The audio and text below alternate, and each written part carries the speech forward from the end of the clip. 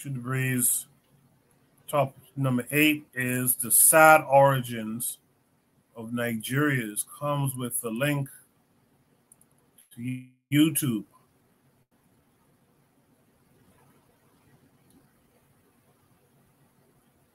Let me tee this up. We'll watch this video, and then on the other side we'll discuss it.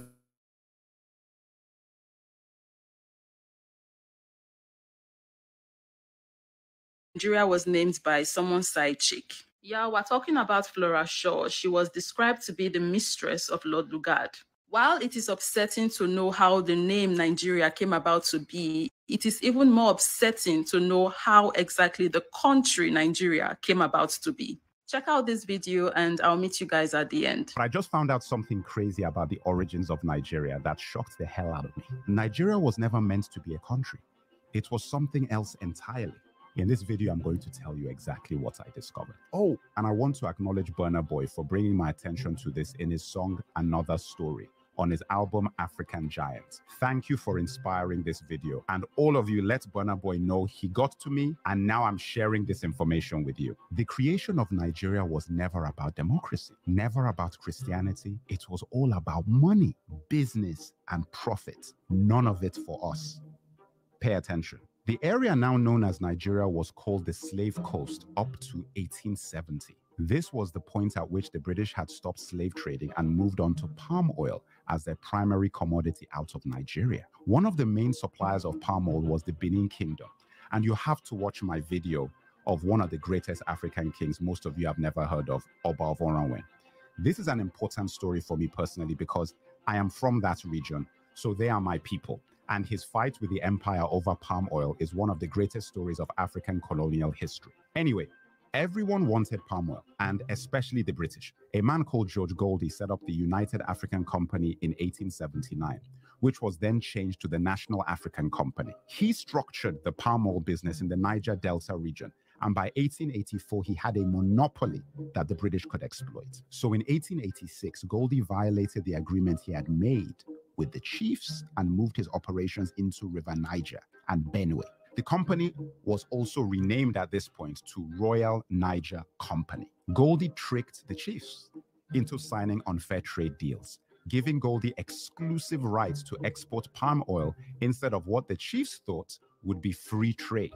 These contracts were written in English, a language we didn't understand, and based on laws that were not our own. Now, guys, this is similar to something I learned when I was in university about the deals done with the Native Americans in what is now known as the United States of America. A very similar thing where deals were done in contracts in English with laws that had nothing to do with the Native Americans. There was a meeting called the Berlin Conference in 1884 to 1885, set up by Germany's first chancellor, Otto von Bismarck.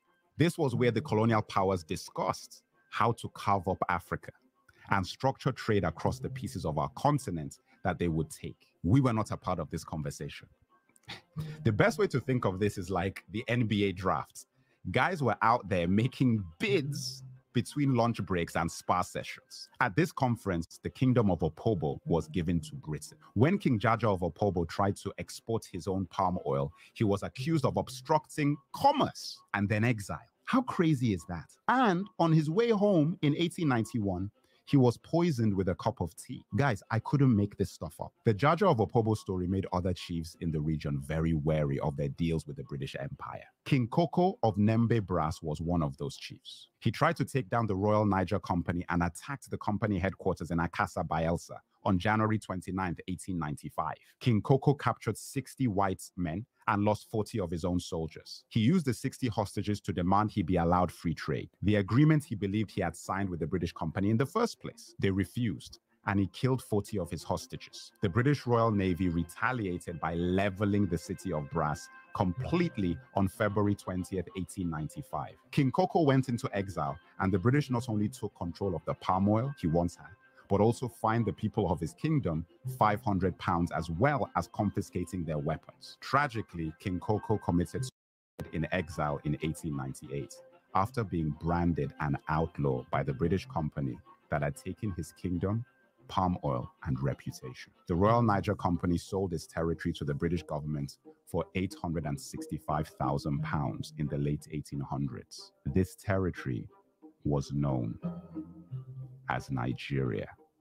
In 1914, the Southern Protectorate and Northern Protectorate was combined by Lord Lugard. And like that, the Royal Niger Company was rebranded as a country, which would gain independence on October 1st, 1960. Lugard is a place in Nigeria today, like there's a street called Lugard in Ikoyi. The Royal Niger Company changed its name to the Niger Company Limited, and it was then acquired by Unilever. Unilever still operates in Nigeria to this day. And that, my brothers and sisters, is how Nigeria came to be. We have a long way to go to fix the country. And it starts with the February elections. But we won't ever have a hope in a solution to our problems if we don't know how they started. Remember, it's not about asking anyone else to fix this. This is about knowing your history. Nigeria was never a country we created. It was a company designed by colonizers for profits. And a lot of the infrastructure put in place for that siphoning of resources out of our land are still very much in place today. Crude oil simply replaced palm oil, and soon lithium may replace crude oil. I feel angry not just for what happened to my ancestors, but the fact that I wasn't taught about this in school in Nigeria, and that our children are not being taught about these things now. Nigeria is about to have the most important elections in our history. The results will affect not only our country, but the entire region of West Africa, and in turn, the rest of the world. Because you know that's our resources are fueling a lot of people. Every Nigerian going to the polls should know everything about who we are and what we're up against and the creation of Nigeria. Yeah, that's the history of how Nigeria came to be. And the company Unilever is very much still active, not only in Nigeria, but in other countries across the continent. They are buying lands and doing God knows what. Whatever it is they are doing is definitely not going to be to our advantage. Just imagine having the company that started the business that then became your country, Nigeria, still running in your country. That is wild. When I learned this history, I could not see my country, Nigeria, the way I once saw it before. Sadly, many Africans in Africa think they've been promoted when they are finally employed by these multinationals, who are in fact responsible for destruction of the country, like Shell, Unilever, just to name a few. Although Nigeria was created as a business venture to enrich the British, Nigerians should keep coming up with ways to make Nigeria become a country that favors the Nigerians and not the British. But what I want to talk about right now is why are we still bearing the name Nigeria? Why are we still bearing the name that was given to us by colonizers? I have said it before numerous times that I hate the fact that I have to identify as a Nigerian because I understand what that identity symbolizes. In order for someone to name you, they have to have power over you. And when they name you, they decide on your identity. And when you accept the name that they gave you, you are also accepting the identity that came with this name. You are also acknowledging that, yes, truly, they do have power over you. When you name something, you own it. It belongs to you. What name are we bearing and who gave us that name? The fact that we are moving around and navigating this world with an identity that is not even ours, an identity that we did not decide on, is insane. I am not Nigerian. I am an Esan girl and partly Urobo too. That is my identity. Have anyone ever noticed how our true identities have become our second identities? Let me explain. Somehow we become Nigerian first before we're even Ishekiri, Calabar, Hausa, Yoruba, Urobo, Ijo. Because when someone asks you where you are from, you don't say you are from Igbo land. You don't say you are from the Benin Kingdom. You say you are Nigerian. Your Nigerian identity is now your primary identity, and your true identity became your secondary identity. An identity that neither you or your ancestors decided on is now your primary identity. If no one else would say it, I would say it. That's messed up. If it were within my power, I would have shared the identity Nigerian off of me a long time ago. Don't get me wrong, I love my country and I love my countrymen, but the identity, Nigerian, isn't ours. If we must have a central name, we, the people, need to name ourselves and decide on our own identities. Guys, I know I went on a rant there. I was actually talking to Nigerians when I made that video. But you know, this is not an only Nigerian problem. It's actually a continental problem, right? This identity topic that we're on right now is a continental problem, as there are other countries in Africa that are still bearing names that were given to them by the colonial hoodlums, right? We have some countries that did change their names, good for them. Then we have countries like Nigeria and the other of them that, you know, didn't change their names. So it's this identity stuff that we have to deal with, right? Having people come to our own home and name us, that's insane, right? But when we leave the continent as well, we know that our family in the diaspora are dealing with the exact same issues, right? Because they had names that were, you know, forced on them as well. You know, they had their identities taken away from them as well. And just to be clear, this is not me saying that when it comes to this topic of identity, us on the continent and, you know, our family in the diaspora is the exact same thing, because obviously it's not. It's, you know, a different level entirely what happened to our family in the diaspora in regards to the topic of identity. And whilst we understand that what happened in the past happened, and unfortunately we cannot change that, I believe moving forward that there are decisions that we can make to re-identify ourselves how we want to be identified, right? I hope you guys could understand what I was trying to say here. I hope my meaning came across well, because lately my vocabulary has not been vocabularying. And let's not even talk about the tongue ties I have been experiencing lately. Sometimes I'm like, oh my God, I wish I could just make the entire video in Pidgin English. Because it's crazy. But anyways, guys, we've come to the end of this video. Yeah, that's it about Nigeria, the history, the origin of Nigeria, and you know who named us. It's crazy, it's wild, it's annoying, it's heartbreaking, it's sad, it's all of that, right? But we move. Yeah, we move. Let me know down below in the comment section what you think about this video, and I'll see you guys in the next one.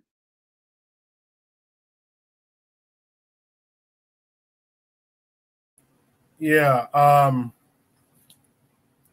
I'm glad that she did at the end get to Africans in the diaspora too, because we have, and again, this is not one-upsmanship or oppression Olympics, but we have it real bad too, because we don't know what tribe we even came from. In fact, we don't even have that concept of tribe anymore in the Caribbean, from what I know. We don't even have that concept anymore. You know, we lost our names completely. You know, I mean, it's bad. It's bad. So the sad origins of Nigeria is a reminder of the sad origins of any nationality that you will consider black.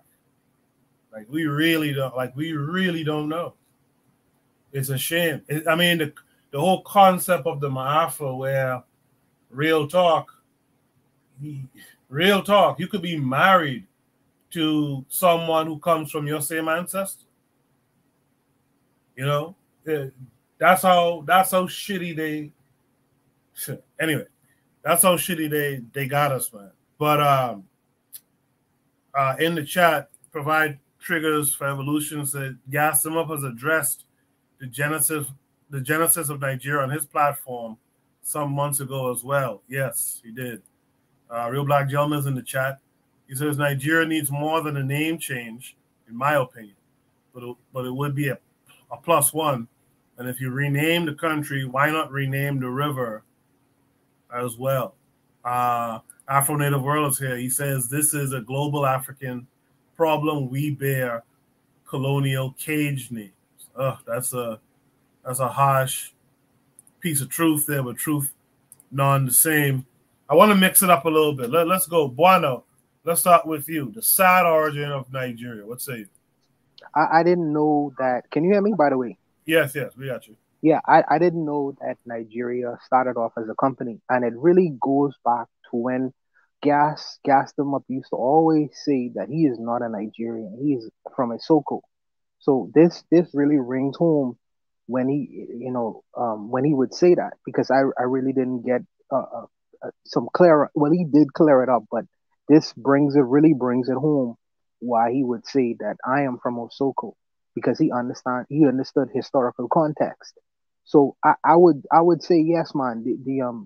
This name, there needs to be a name change for Nigerians, where Nigerians come up with what they would like to name themselves.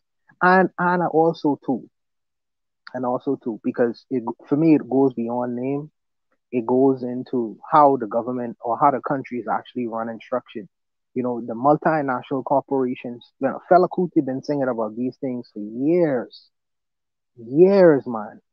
And we understand that there are a distinct few, oligarchs within Nigeria who try to maintain the system as it is, the status quo as it is.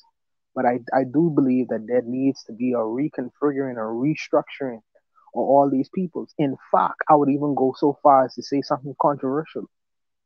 I think that Nigeria, and maybe it shouldn't happen because we live in the present, but I think that in the past, that these territories needed to be broken up into distinct regions in terms of, and this is controversial, but in with tribes, you know what I mean? I don't go back to that, but we live currently, we are where we are right now, and the fact that Nigeria, it seems to be progressing into the so-called first black super state, super country, superpower in the world. You just have to, I guess, go with the arrangement that currently exists and work out the details later. But it's the historically, the fact that they started as a company is crazy. It's crazy, man. But I'll stop. I'm glad you brought up gas too, because that reminds me, gas them up, the Black Pentagrammers, which Tana's a part of as well. They talk about these things, how English is the spell and all that stuff, and the occultism and stuff. I wonder if folks picked that up in this story too, man. The spells that these guys cast and these contracts. They're talking about it right now in the video. With these contracts, man, they wrote that shit in English, and dudes was sign. I mean, that's how. I mean, that shit is deep.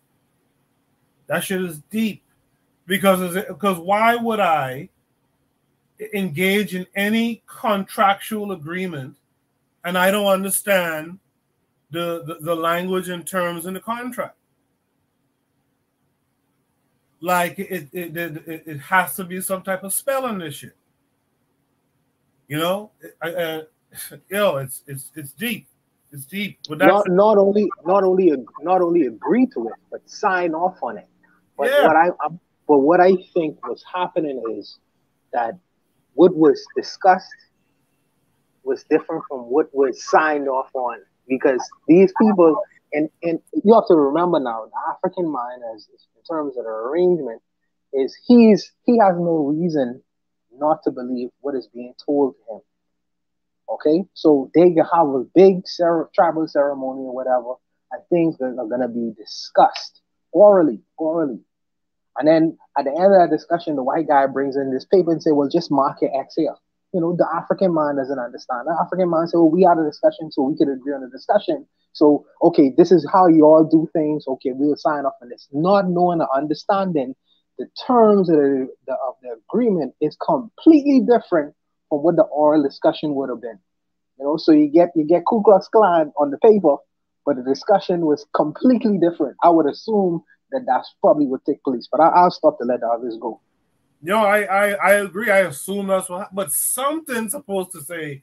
I mean, were we children? Like something's supposed to say, you know what? This strange looking man, this pale faced dude is gesturing for me to put a mark, which is another goddamn occultic thing, right? To put this X on this thing, this cross on this thing, and like no one paused and say, wait a minute, why am I doing this? What does this shit really, does it, I mean, this shit could be just... still doing that. Sorry to interrupt. Oh, sorry. No, it's fine. Go ahead, Tan. You go up next. Yeah, I was saying because I used to think the same of, all these chiefs, like, how dumb were they to sign these, all these things. But look, do rappers still sign contracts? Do people going in Hollywood still sign all these things with everything that we know? We're still signing the same things, contracts. So we haven't really changed, and it's worse now because we know their nature. Before, you could give them the the benefit that, they hadn't encountered these people before. They were used to working, on their own, laws and agreements and so on. The gentleman agreement that if you say something, you're going to do it, and so on and so forth.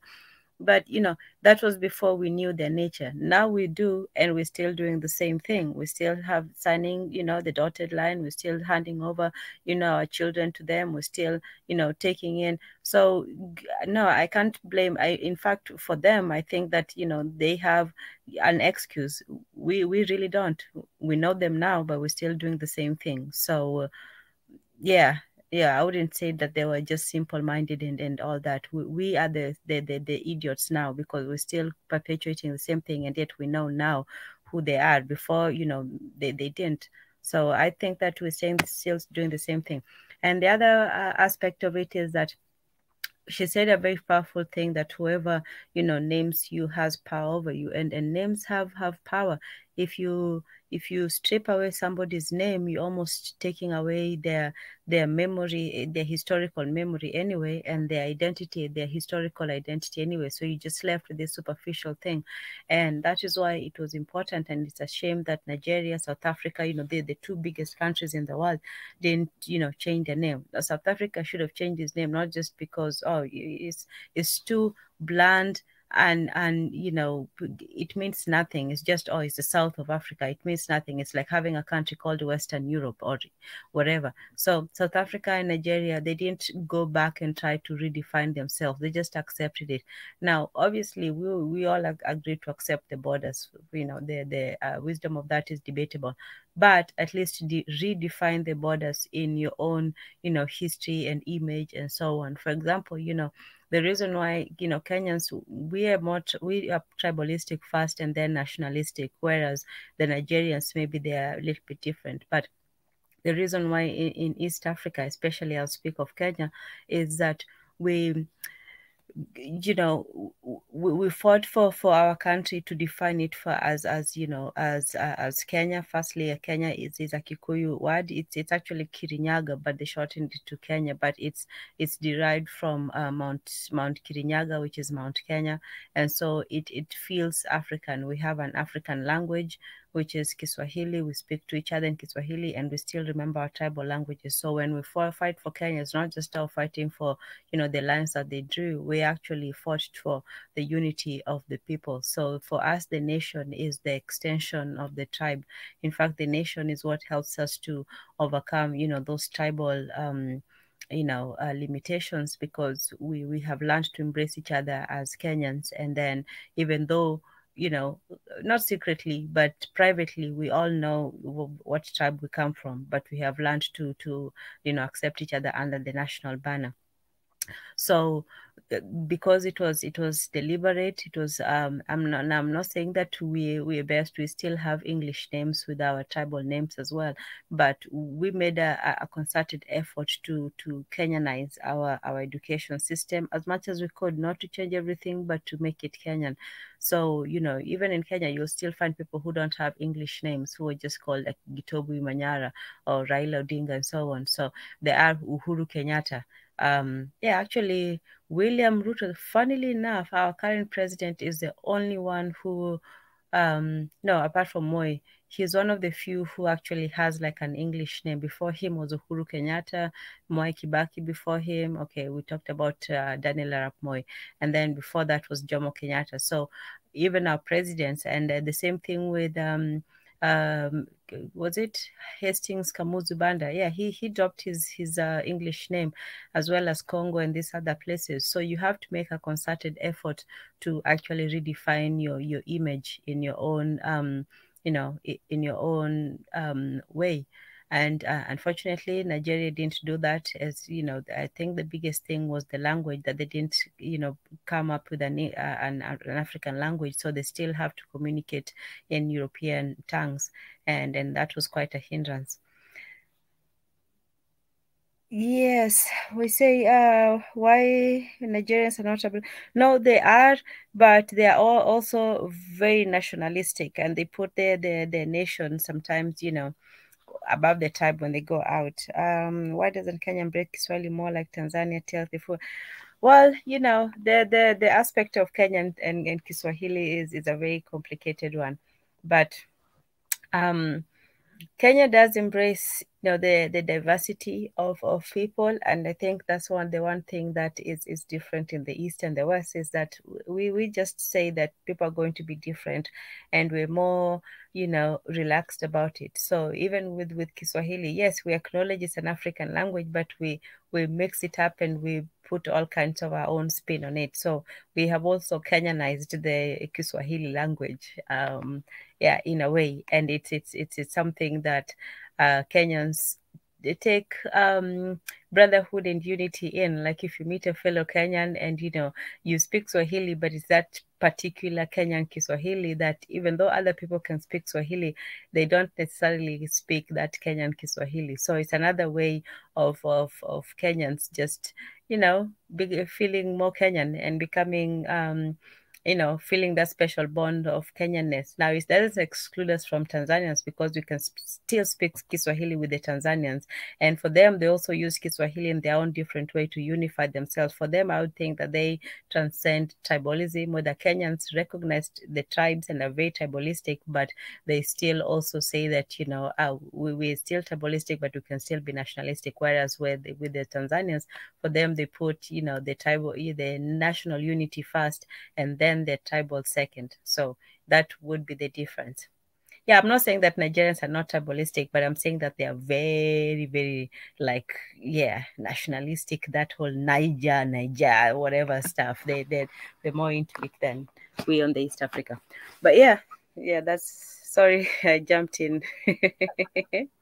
It's okay. Oh, it's okay. Kambawad. Okay, hey, Tez is here. He can illuminate it more. Afro Native World says Nigeria has many indigenous African languages. There's no agreement because of the major ethnic groups never coming to an agreement. It goes on to say Peter Obi, being Igbo, is constantly brought up during his president run, and Nigeria has never had an Igbo president. Interesting. Tezzy says Kenya is a Kamba word. Okay. Thank you all for that. Urzuli, what say you?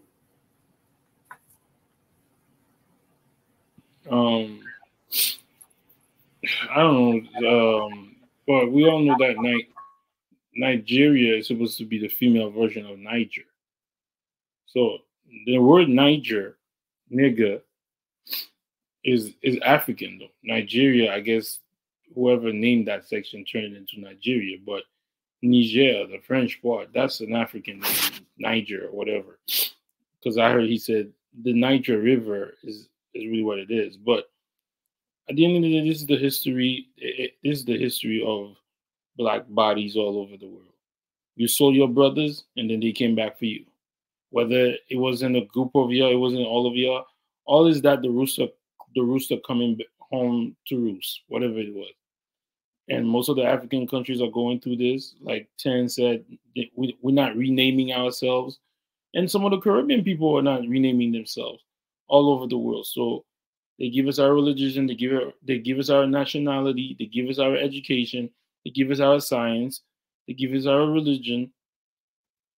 This is not new, but I guess this is something new. I didn't know that it was like a company that Luger, and they said that guy, his wife is the one that named the company, or the so-called company, quote unquote. So at the end of the day, I thought African people said they weren't slaves. So they were never slaves. A lot of people say they were never slaves. Wow, who said that? First of all, we already talked about the Congo, you know about South Africa, you know about all these other places. You think what we just be, you know, got stamped as slaves once we left the continent? Ezuli, there was a trans-Saharan slave trade. I don't know what you're talking about, Tan.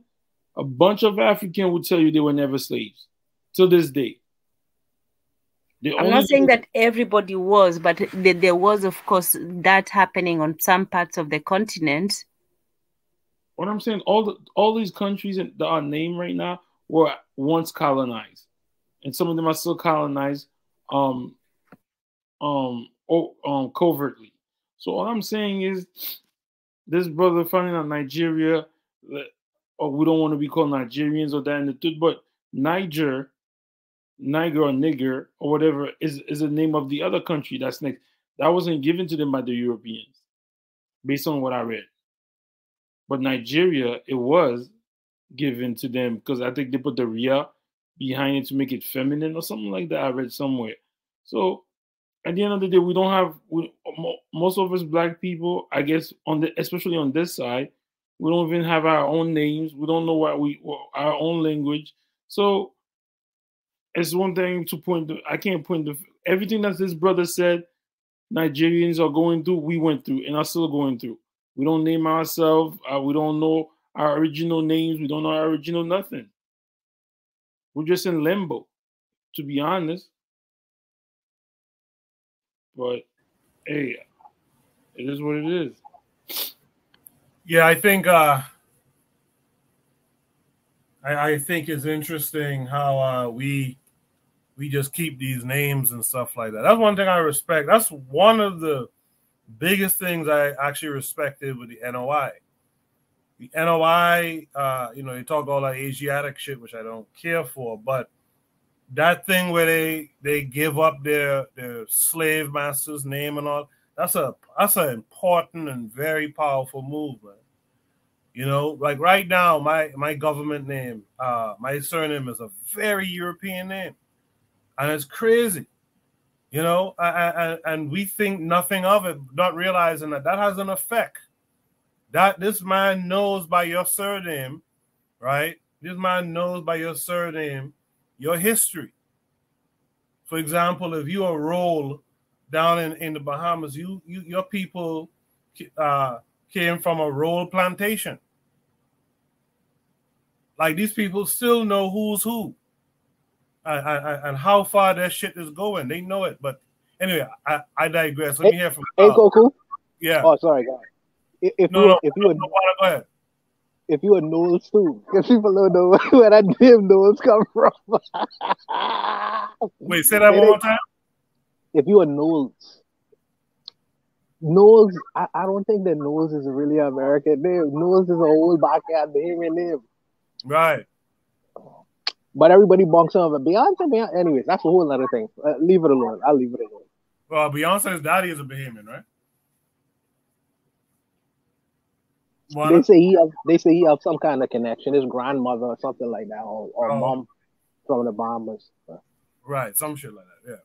Yeah. Yeah. So yeah, that name thing, that's a serious thing.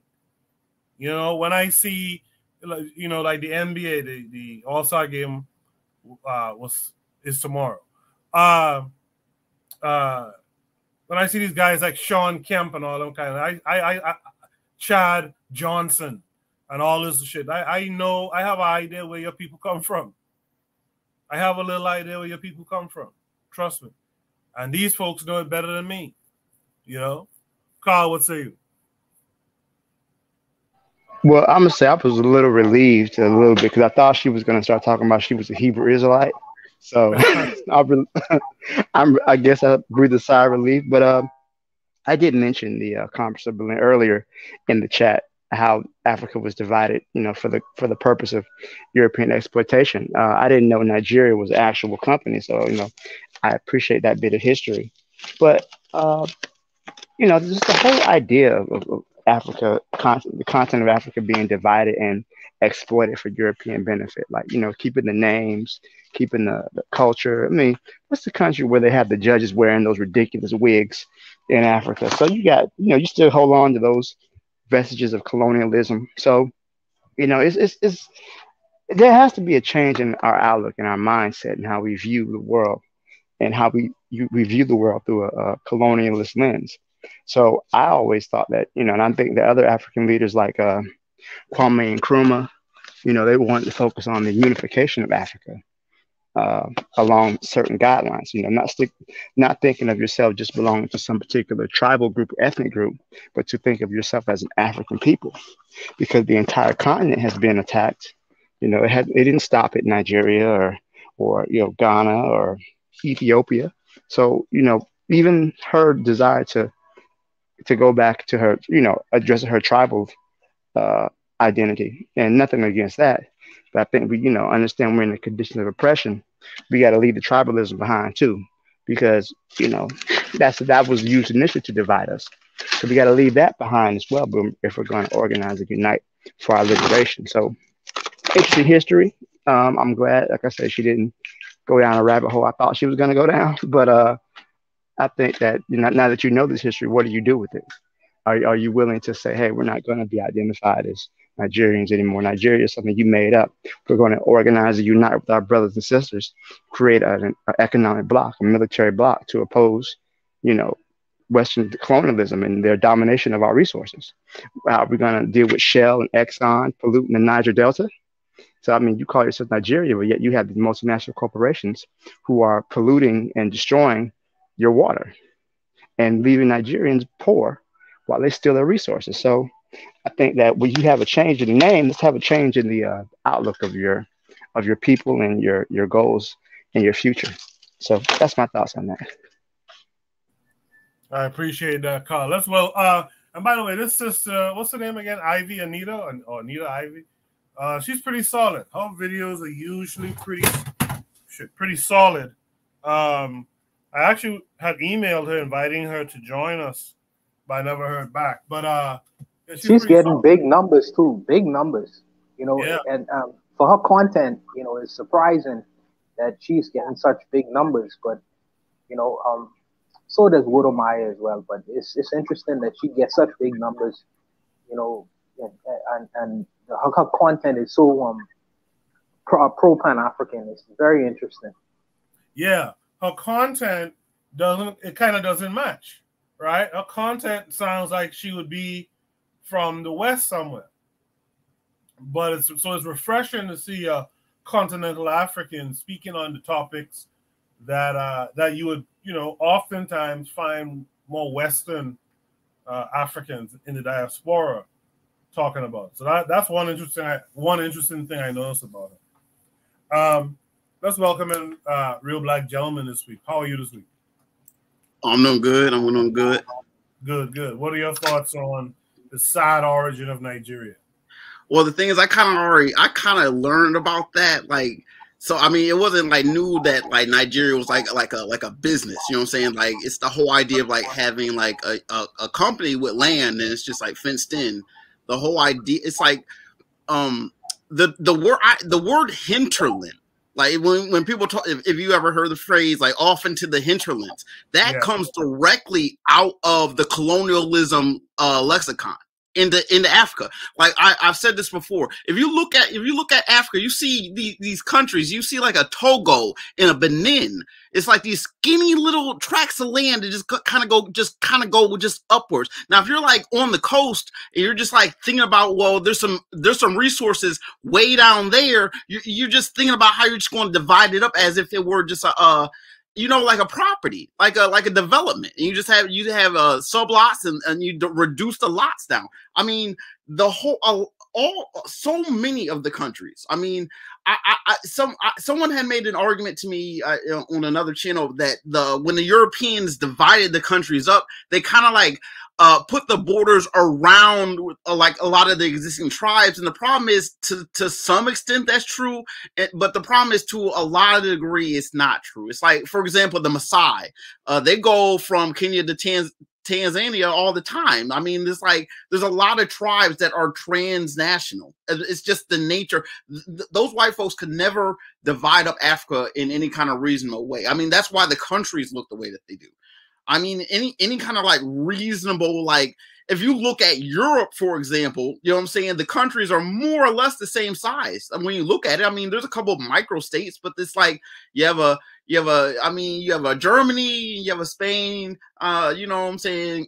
A couple of Luxembourg, you know what I'm saying? A Monaco. I mean, everything's more or less the same size. But in Africa, like no one really thought about like how people's engaged with each other. I mean, even the idea of like borders as Africans, I mean, you know, I don't think that, I mean, it's kind of hard unless it's like, you know, a river or a mountain range. I mean, those are natural borders. But if you're like an army, right? If you're an army and you're trying to conquer territory, and that's your empire. Well, your borders are as far as your army can, and they're not going to sit there and like have diplomatic like arrangements with all the other countries around them. It's like it just didn't work that way. Like I can imagine there was a lot of like no man's land or like just basically land that's just in commons in between what we might call countries. I mean, you know, hunting grounds, as it were. That's just, you know, just places where it's just no one really lives at the moment. That's not to say that, you know, in 50, 100 years, people might not move from where they were. There's a lot of things when we talk about borders and these things are not like intrinsically African. Like, and like the idea of like I mean, if you look at Nigeria and you know, the way that they act, like everything is internalized. Like they could easily, if they were about it, go out and like basically conquer everyone around them, like Chad, Cameroon, Niger, you know, Benin, you know what I'm saying? Even all the way up probably to motherfucking Burkina Faso. They could easily just, you know, take over there's 200 million people there. I mean, it's like if you just like conscript people and just like there's no, I mean, and it's like if they wanted to do that, or not necessarily in a violent way, you could actually like, you know what I'm saying, just like initiate a regional, you know what I'm saying, like just put it on the behest, like, come on guys, we got to do something with this land. Like I got something here in Nigeria, like you guys have some resources there, like really, like if you want a real functional nation, the whole idea is to have all the resources that you can in one spot. The way that Africa was divvied up is that some countries had some resources and the European nations capitalized on those certain resources because they were trying to get their pick. It makes sense to me. Like, you know what I'm saying? All the countries were companies, you know what I'm saying? It's like it's like, you know, with the Belgians, they saw the country as a business, as a company. You know what I'm saying? It's like in just the way that it's like, how would I say it? It's like Nigeria, they have a huge army, but it's like they're not invading another country. They're using it to suppress the internal situation. That's what Nigeria is. It's just it's a stagnated state. It's not doing anything. And it could do a lot. And it doesn't have to attack and overwhelm everyone else, but really, it's just like y'all just can't, and you know what I'm saying, Nigeria just can't annex Benin and Tono. It just can't annex, you know what I'm saying, Cameroon. Really, you know what I'm saying? Just like, you know what I'm saying, on some like eminent domain type stuff. This is the kind of energy that's like, but Nigeria is not built that way because Nigeria, because of the British and each other country and their relative, you know, European, you know, colonial power, they keep in their own little boxes that the white man made and don't ever think about erasing those lines and kind of redrawing them over a little 5 more miles over. None of that creative nationalistic expression is just not there in Africa. Those lines, as far as a white man's concerned, are supposed to be there forever. And let no black person say that line should not be there. I'm a yield.